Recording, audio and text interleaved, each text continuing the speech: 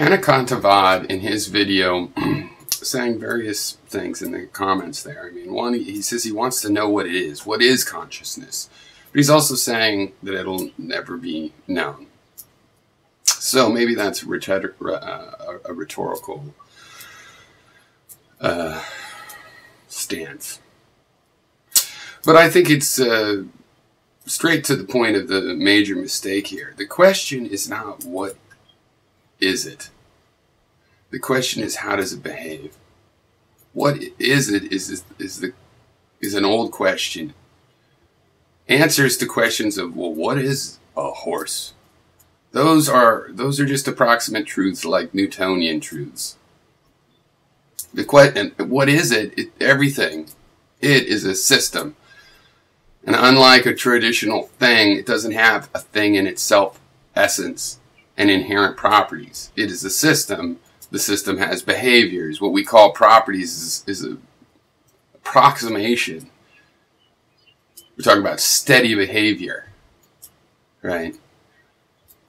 So the question is how does the consciousness work? So here's an example, affecting your consciousness 101.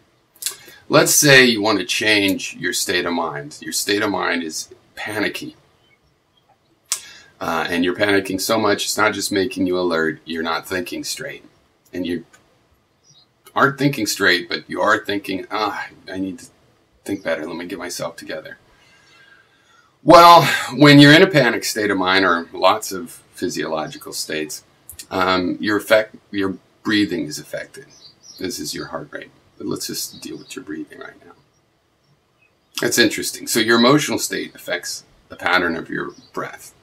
Your breath is semi-conscious in that you do it automatically, but you can easily make it conscious. You can feel what kind of breathing you're having. And it works in reverse. If you calm your breathing, if you change your breathing, it has an effect on your emotional state. You'll find that if you change your short, gaspy breaths into long and deliberate breaths, that you will calm down. Now, you might not start thinking straight.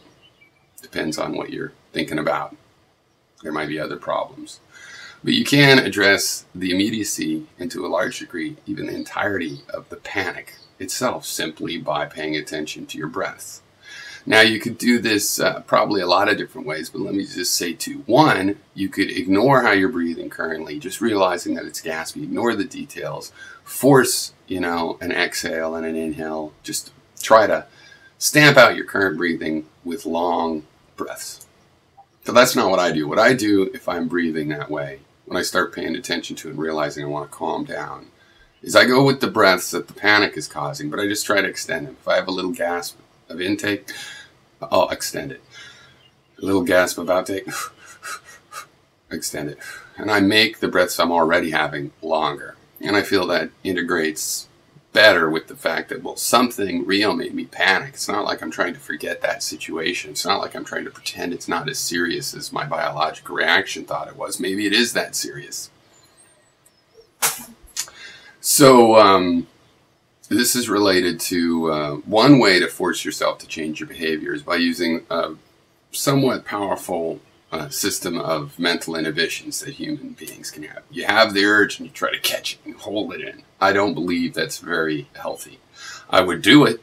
If I'm about to punch somebody in the face, I'd use my inhibitions because I'd go, my value system makes it very clear no matter how you feel, hold it back. If what you have to do is in an inhibition, do it.